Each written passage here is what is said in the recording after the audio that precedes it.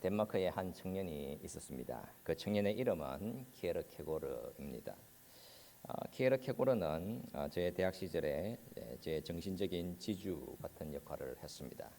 그는 1813년에 태어나서 1855년까지 살다가, 그러니까 43세의 인생을 살았으며, 그 인생 동안 너무나도 중요한 글을 남겨서는 오늘날의 철학뿐만 아니라 세계의 문학과 특별히 기독교 신앙에 엄청난 영향을 주었습니다.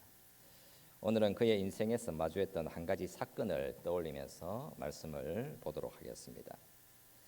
키에르케고르가 22살이었을 때에 스스로 표현하기를 자신의 인생의 대지진이라고 하는 사건을 만나게 됩니다. 자신의 생각과 삶을 송두리째 흔들어 놓았던 사건을 알게 되었는데, 두 가지 사건을 가리켜서 자신의 인생의 대지진이라고 표현을 했습니다. 이 대지진으로 인해서 키에르케고르는 일평생 죄의식과 불안함과 우울에 시달리면서, 그러나 기독교 신앙을 더욱더 확고히 붙들게 되었습니다. 한 가지 일은 자신의 아버지 이름이 미카엘인데, 이 미카엘이 어린 시절에 마주해야 했던 자신의 고통과 가난함에 대해서 격분을 해서는 덴마크의 유틀란트 황무지 언덕 위로 올라가서 살아계신 하나님을 저주했습니다. 양치기 아이로 성장한 아버지는 자신의 고난과 가난함 때문에 하나님을 크게 저주했습니다. 그 언덕에서 하늘을 향해서 저주를 한 자신의 아버지는 그 이후부터 분명히 잘 나갔으며 사업이 크게 번창하게 되었습니다. 그리고 이 미카엘은 자신의 아들들에게 엄격한 종교 교육과 지적 훈련을 시키게 됩니다.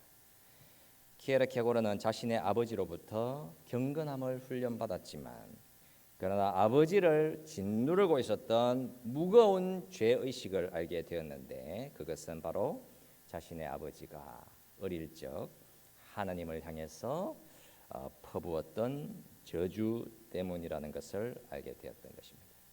그리고 대지진이라고 하는 또 다른 사건은 바로 자신의 아버지의 과거였습니다.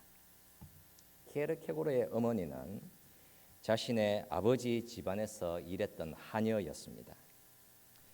그러니까 키에르케고르의 어머니 이름이 안네였는데, 안네는 원래 아버지 집 하녀였는데, 자신의 아버지 미카엘의 전처가 자식 하나 없이 병으로 세상을 떠나자 미카엘은 안네를 아내로 맞아들이게 되었습니다. 그런데 키에르케고르가 나중에 알게 된 바, 아버지가 집안의 하녀였던 안네를 아내로 맞아들이기 전 이미 비밀스럽게 그 관계가 계속되어 왔었던 것이었습니다. 아버지가 자신의 집안의 하녀와 혼인을 했고, 혼인한 지 2달 만에 첫 아이를 낳게 되었습니다. 키에르케고르에게 이러한 자신의 가정의 비밀과 출생에 대한 사실은 거대한 충격으로 다가오게 됩니다.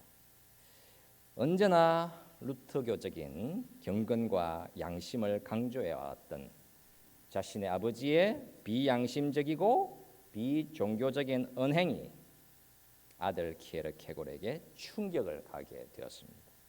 그리고 키에르케고르는 이제 자신의 가족에 거대한 저주가 내려졌음을 알았고, 이 저주가 자신에게도 반드시 임할 것이라고 확신하게 되었습니다.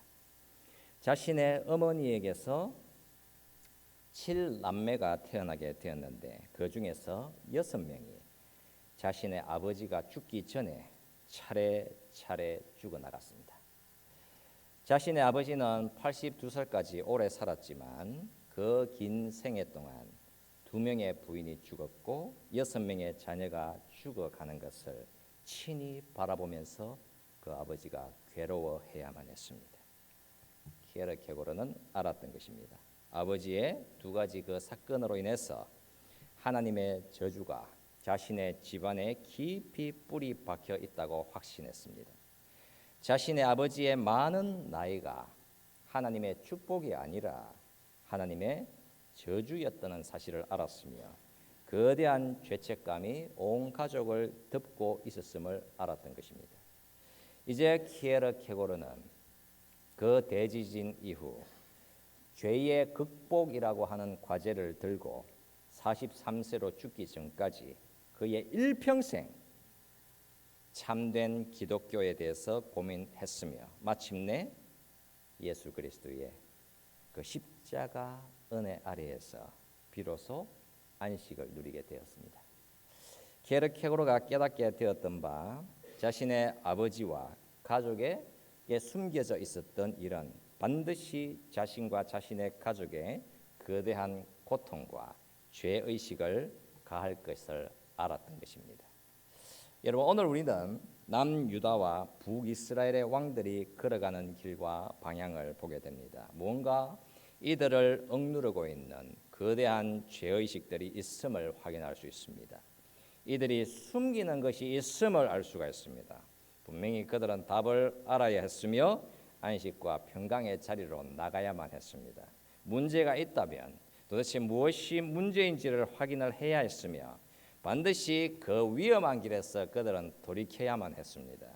이제 이스라엘은 두 개의 국가로 나뉘어져서 각 국가에서 왕들이 출현하게 됩니다.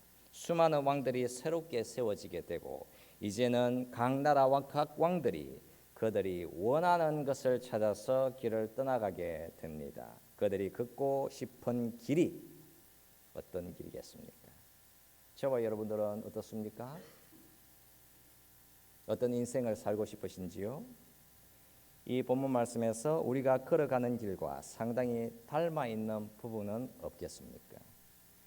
앤드류 델방코라고 하는 미국의 교수가 The Real American Dream이라고 하는 책을 썼는데 이 책은 미국의 문명에 관한 책입니다. 우리가 문명이라고 하는 것에 관심을 가져야 하는 이유는 문명이라고 하는 것이 우리가 어떻게 살아야 하며 삶의 의미가 도대체 무엇인지를 말해주고 있기 때문입니다. 그러니까 모든 문명이라고 하는 것은 저와 여러분을 향해서 분명히 도전에 들어오게 되어 있습니다. 당신은 도대체 무엇을 위해서 살아야 하는 것인가?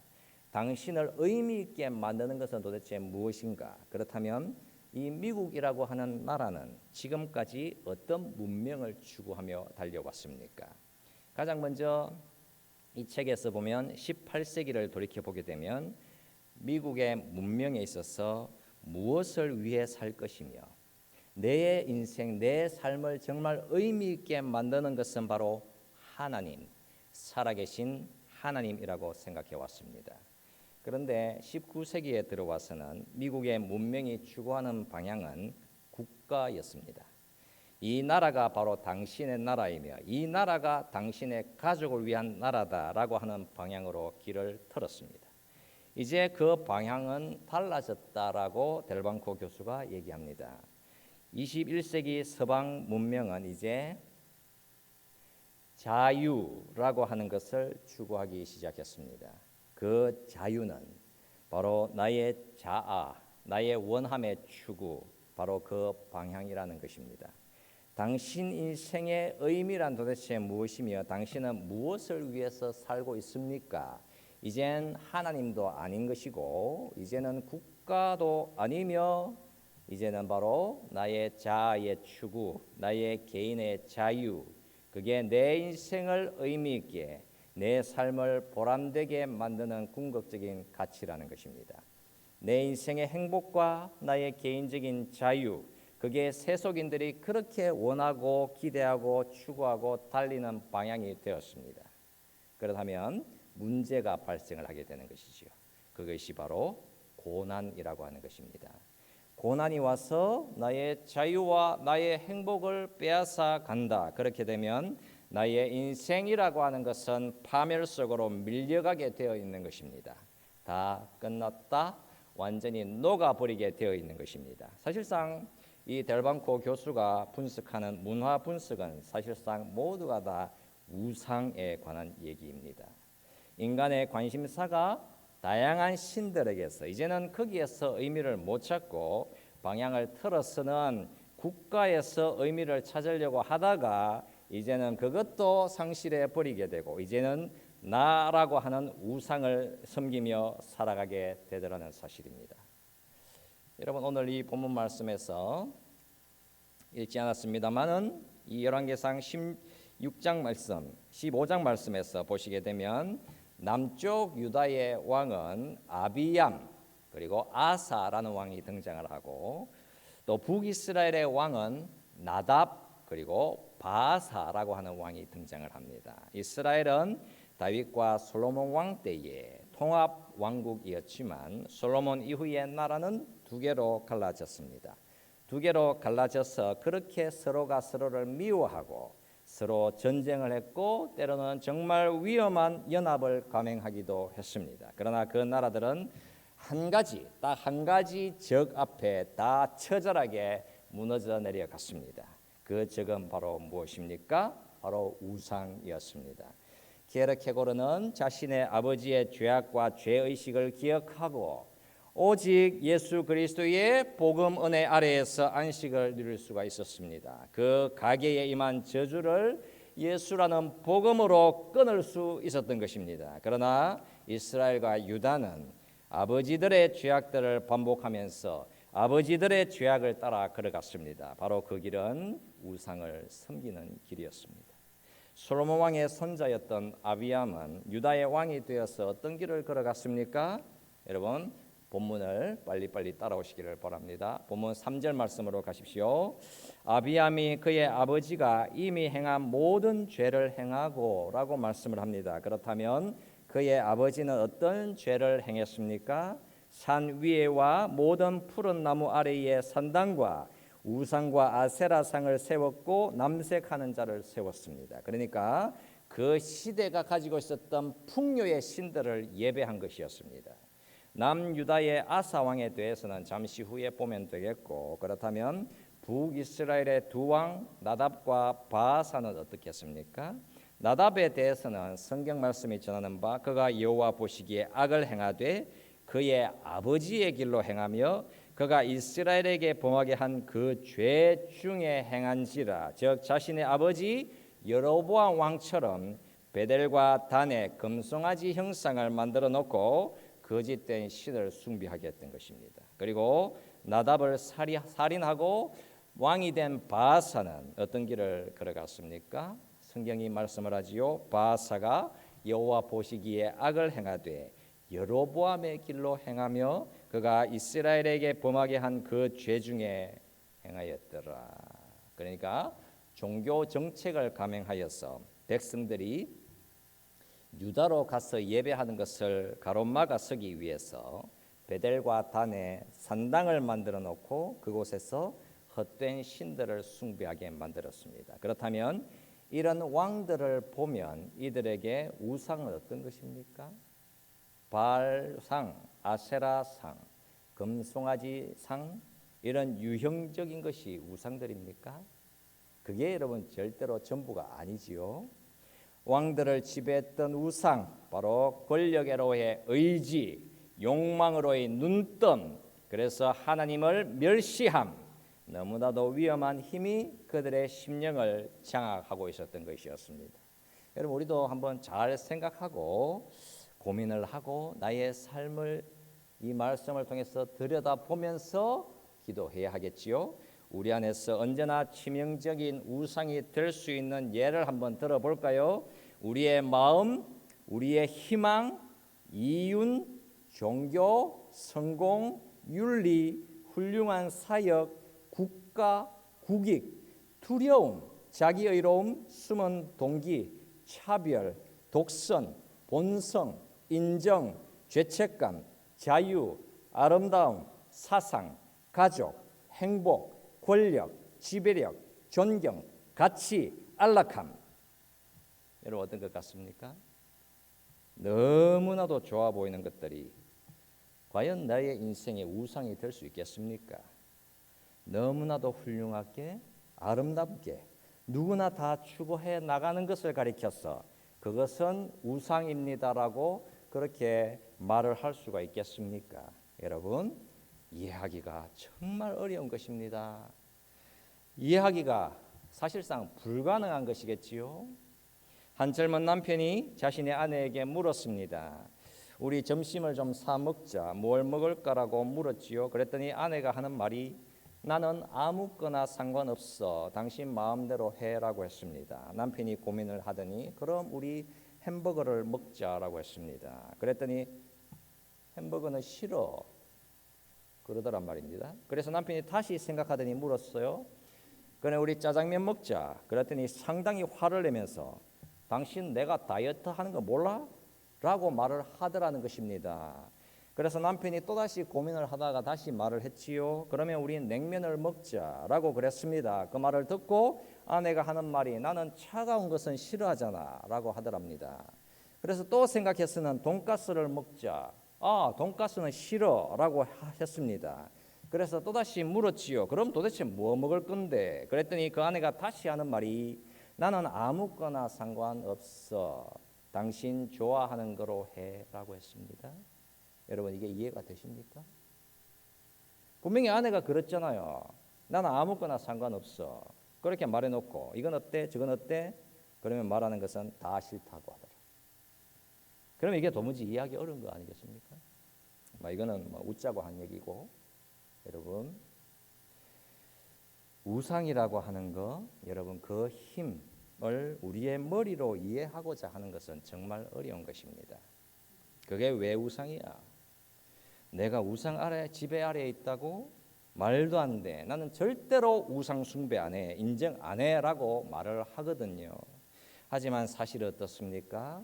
우리의 인생들이 우상의 지배를 받고 있으며 그 아래에서 살아가고 있더라는 사실입니다. 키에르케고르 집안에 너무나도 위험한 죄의식과 절망과 불안함이 흘러가고 있었습니다. 정말 위험한 것이 절망이고 불안함이고 죄의식이다. 여러분 간파할 수 있겠습니까? 신앙의 눈, 여러분 믿음의 눈, 하나님의 말씀의 눈을 인생이라고 하는 것에 이렇게 나란히 갖다 대지 않으면 절대로 볼 수 없는 것이 우상의 힘인 것입니다. 이스라엘 왕들이 그 우상의 지배 아래에서 노예가 되어서 살아가고 있는데 본인들은 그것을 못 보고 있더라는 사실입니다. 그렇다면 남쪽 유다의 왕 오늘 우리가 본문을 읽었습니다. 그 아사 왕이는 어떻습니까? 11절에서 말씀을 하지요. 아사가 그의 조상 다윗같이 여호와 보시기에 정직하게 행하여라고 말씀합니다. 그리고 어떤 일을 하는지 한번 보겠습니다. 12절과 13절을 한번 볼게요. 남색하는 자를 그 땅에서 쫓아내고 그의 조상들이 지은 모든 우상을 없애고 또 그의 어머니 마아가가 혐오스러운 아세라 상을 만들었으므로 태후의 위를 폐하고 그 우상을 찍어 기드론 시냇가에서 불살랐으니 그러니까 엄청난 개혁을 감행했습니다. 우상과의 전쟁을 선포했습니다. 심지어 자신의 친어머니의 악행을 지적하고 태후의 자리를 빼앗았습니다.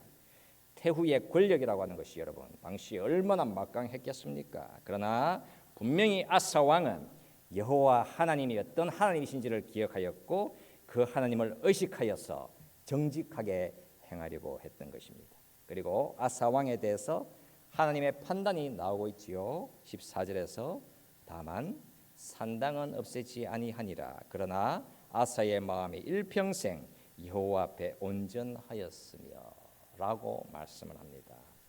그러니까 아사 왕에 대한 평가, 그의 마음이 일평생 여호와 앞에서 온전했다라고 말씀하고 있지요.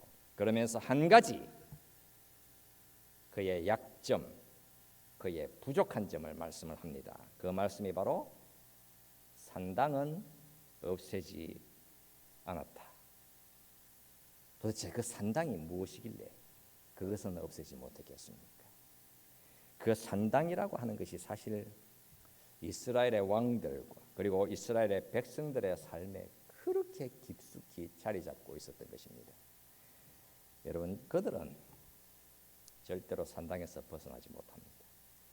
역대 왕들 중에서 산당을 없앤다?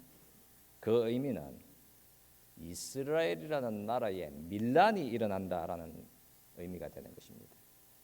여러분, 우리나라 역사에 있어서도 산당은 항상 있어 왔었지요. 바로 민간 신앙이라고 하는 것입니다. 여러분, 민간 신앙을 없앨 수 있겠습니까? 우리 선조들에게 어떤 민간 신앙이 있었습니까? 여러분, 무엇이 떠올릴 수 있겠지요? 바로 선황당이라고 하는 것을 떠올릴 수 있습니다. 마을 입구에 큰 나무 곁에 종교적인 제의식을 행할 수 있도록 했습니다. 그래서 산신, 해신, 동방신기 등 다양한 토속 신앙을 생각하게 되는 것입니다. 그런데 여러분, 자세히 들여다보게 되면 우리나라에는 사실상 산당이 그게 아니었습니다. 우리의 선조들과 그들의 삶을 장악했었던 산당은 경제였습니다. 돈이었습니다. 물질, 경제, 그게 여러분 사람들의 마음 깊숙이 잡고 있었던 산당이었습니다. 그래서 아사 왕이 산당을 제거하지 못했다라고 할 때에 그 산당이 얼마나 위태롭게 우리의 인생을 장악하고 있는지 반드시 우리의 삶을 물어야 하는 것입니다. 결국 산당은 우상 숭배의 터전이었습니다. 그게 그냥 우상의 형태, 어떤 볼 수 있는 유형의 물건이 아니라 보이지 않는 위험한 힘인 것이며 권능인 것이었습니다. 여러분, 아사 왕의 마음에도 산당이 있었으며 그가 물을 뿌려주고 비료를 주었던 그만의 산당이 있었습니다. 열왕기상에서 보여주는 아사 왕의 모습은 역대하 15장 말씀과 16장에서 만날 수 있습니다. 자세히 만날 수 있지요. 그곳에 가서 한번 확인을 해 보십시오. 그의 심령을 지배하고 있었던 위험한 산당이 무엇인지 볼 수가 있습니다. 그 심령을 장악했던 것은 바로 영적인 교만함, 우월의식, 세상 힘에 대한 의존, 그리고 분노함과 학대였습니다. 이렇게 위험한 것이 그의 산당의 역할을 했습니다. 그래서 이스라엘 역대 왕들이 이제부터 우상과의 결속을 더욱더 단단하게 다져나가게 되는데 그 위험한 것이 무엇인지를 볼 수 있어서 우리는 반드시 그 우상에서 힘에서 풀려나서 우리는 자유케 되어야 하는 것입니다. 여러분, 미국의 캘리포니아 주에서 활동을 했던 과격파 조직인 심바이어스 해방군이 19살 된 패티 허스터를 납치했습니다. 납치된 그녀가 이제는 그 해방군에 가입을 했고 자신의 이름을 타니아라고 붙여서는 그녀가 이제부터 적극적으로 위험한 일을 같이 감행을 하게 되었습니다. 자신의 총을 들고 이제는 자신이 납치하고 강도하는 일을 했습니다. 납치당한 그녀가 이제는 적극적으로 악한 일에 참여하게 되었지요. 그래서 어떻게 이럴 수 있겠는가라고 질문을 했는데 심리학자들이 대답을 했습니다. 그게 언제나 일어날 수 있는 일이다라고 하는 것이지요. 사람의 마음이 그렇게 움직인다는 것입니다. 뭔가의 학대를 당한 사람은 그들 마음의 학대를 하는 사람을 닮아가게 되어 있고 그 중심에는 그들과 같은 권력의 의지가 생겨나게 되고 결국 그 권력에 노출되어 살아가게 된다라고 하는 것입니다. 그러니까 납치되어서 학대당한 타니아가 이제는 본인이 권력과 힘을 가지고 납치하고 학대하는 역할을 하게 된다는 것이죠. 그런데 이 상태가 어떤 상태인가? 권력과 힘의 노예가 되더라. 그 위험함에서 벗어날 수 없이 그냥 갇혀버리더라는 것입니다. 거기에. 왜 이스라엘 역사에 과거에도 그랬으며 지금 이때에도 언제나 이스라엘은 우상을 붙들고 의지하고 그것에 노예가 되어서 살아가겠습니까? 그것이 힘이 없고 우상일 뿐이다. 누구나가 다 알고 있는데 왜 그들은 그 힘에 의존하면서 살아가고 그 위험한 힘에서 벗어나지를 못하겠습니까? 바로 그 상태, 즉 아무런 힘도 능력도 없이 정말 나무 조각 같은 우상인데 그 우상의 지배를 받고 노예로 살아가게 되더라. 그 위험한 상태를 가장 잘 알고 계셨던 분이 누구였겠습니까? 바로 여호와 하나님이었습니다. 그래서 이스라엘 백성들이 가나안 입성을 앞에 두고 있을 때에 하나님은 항상 이스라엘을 향해서 말씀을 해 주셨지요. 절대로 우상을 섬기지 말라고 말입니다. 거듭 경고해 주셨습니다. 그러나 어떤 일이 일어나게 되지요? 이스라엘은 무방비, 그냥 초토화 당해버리게 됩니다. 그냥 삼켜져 버리는 것입니다. 우상의 힘에 압도되어서 그들은 그곳에서 벗어날 수 없었습니다. 왜 하나님께서 십계명을 주시면서 그 중에 가장 첫 번째 중요한 계명으로 너는 나 외에는 다른 신들을 네게 있게 하지 말지니라라고 하셨겠습니까? 여호와 하나님의 가장 크심, 그분의 유일하심, 그 절대적인 권위와 평강을 말씀해 주셨지 않습니까? 왜 예수께서 가장 큰 계명으로 주 너의 하나님 여호와를 사랑하라라고 말씀을 하셨겠습니까? 만약 그렇게 되지 않으면, 그러니까 여호와 하나님이 내 인생에 가장 중요하고 가장 아름답고 그래서 내 인생의 중심이 되지 않는다면 반드시 그 인생에 일어나게 되는 일은 모든 인생이 다 우상의 노예가 살아가게 될 것이기 때문이다. 하나님이 아셨던 것입니다. 여호와 하나님이 우리의 인생에 주님이 되지 않으시면 우상이라고 하는 것은 항상 우리를 장악하게 되어 있으며 우리의 삶을 지배하게 되어 있습니다.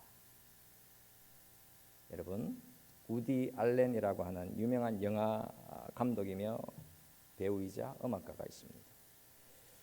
이 우디 알렌의 사실 사생활이라고 하는 것은 미국 사회에 엄청난 반향을 일으켰습니다.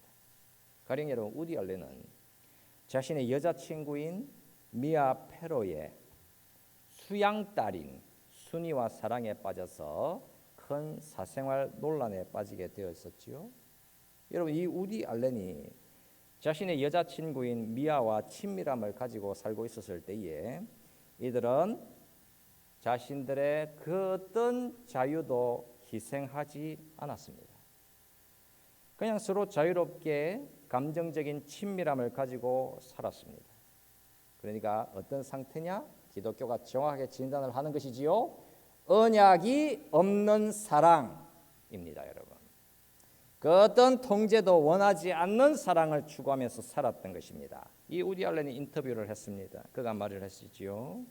사람의 마음은 그냥 원하는 것을 원하는 것이다. 나는 그 어떤 의무감 같은 것도 가지고 있지 않다. 이게 그냥 나에게 만족을 주는 것이다 라고 했습니다. 그렇다면 하나님은 어떻겠습니까? 여러분, 살아계신 하나님은 언약적으로 사랑하지 않고서는 절대로 사랑하시지 않는 하나님이신 것입니다.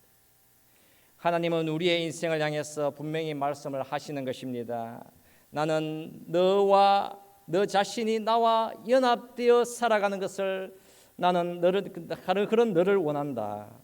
나를 너에게 묻고 너는 나에게 묶여서 언약적으로 사랑하기를 원한다. 그 말씀을 하시는 것입니다. 그러니까 우리를 하나님의 언약을 위해서 만들어 주셨으며 우리가 절대적으로 하나님을 의존하시기를 원하는 것입니다.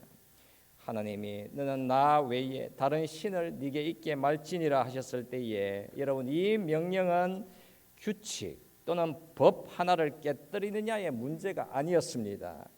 여러분, 이 말씀은 하나님을 의지할 수 있느냐, 하나님 의존의 문제였으며 내 인생은 무엇을 위해서 사느냐의 문제였으며 언약적으로 사랑할 수 있느냐의 문제였습니다. 나의 인생을 여러분 유심히 들여다보면 나의 마음에 쓰라림이 있다. 그러면 그 아래에 무언가를 지금 예배하고 있는 상태인 것이지요. 나의 불안함 아래에, 나의 외로움 아래에, 나의 모든 것 아래에 분명히 내가 붙들고 의지하고 예배하면서 살아가고 있는 대상이 있는 것입니다. 내 인생의 비극과 고통과 깨어짐과 낙심이 도대체 어디서 오는 것일까?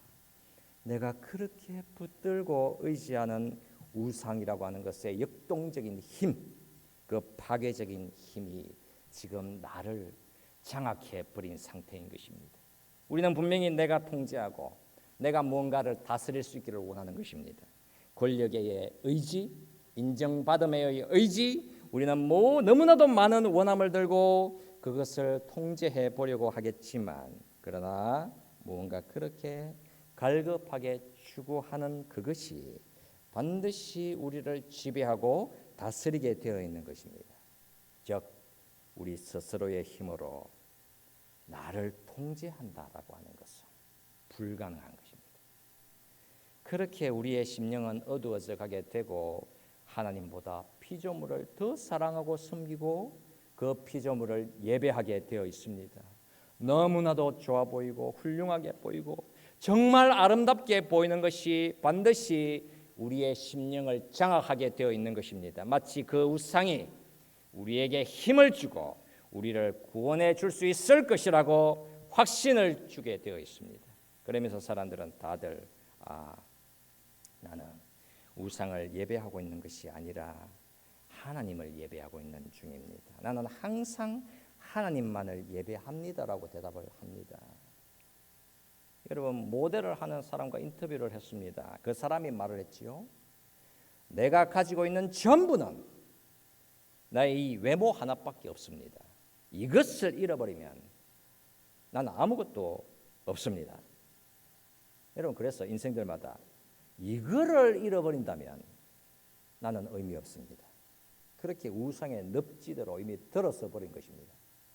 나의 인생에 행복을 주기 위해서 이것은 필수적인 것이다. 그 필수적인 것이라고 믿게 하는 그 대상이 바로 지금 나의 우상인 것입니다.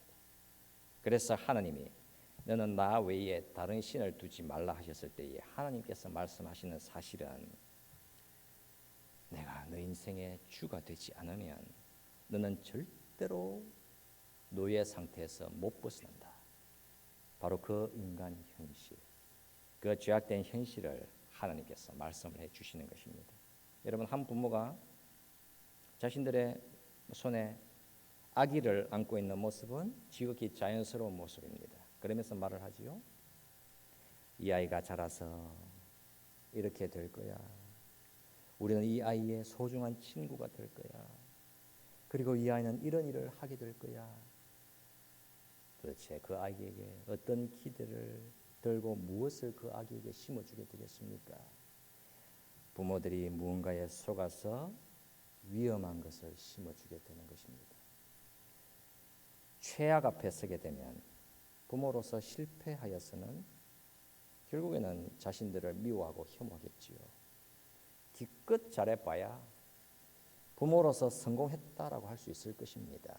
그러나 곧 이어서 절망의 노래를 부르게 되어 있는 것이겠지요. 이게 다야? 이런 게 내가 원하는 거였어? 여러분, 이때도 하나님이 부르시는 것이겠지요.